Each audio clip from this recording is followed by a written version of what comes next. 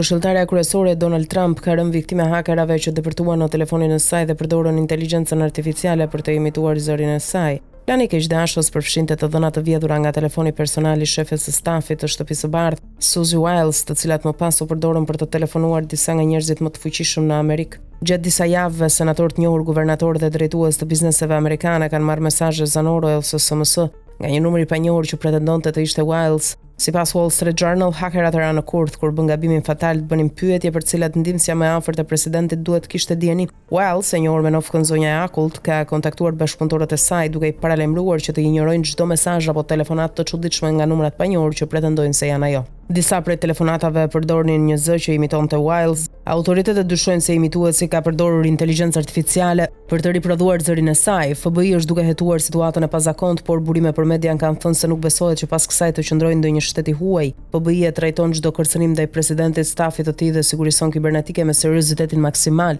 Sigurimi i mundësisë që zyrtarët të administratës të komunikojnë në mënyrë të sigurt për të përmbushur misionin e presidentit është prioriteti ynë kryesor, thot drejtori i FBI-s Kash Patel në një deklaratë zyrtare. Autoritetet po hetojnë cili ishte qëllimi i kësaj skeme.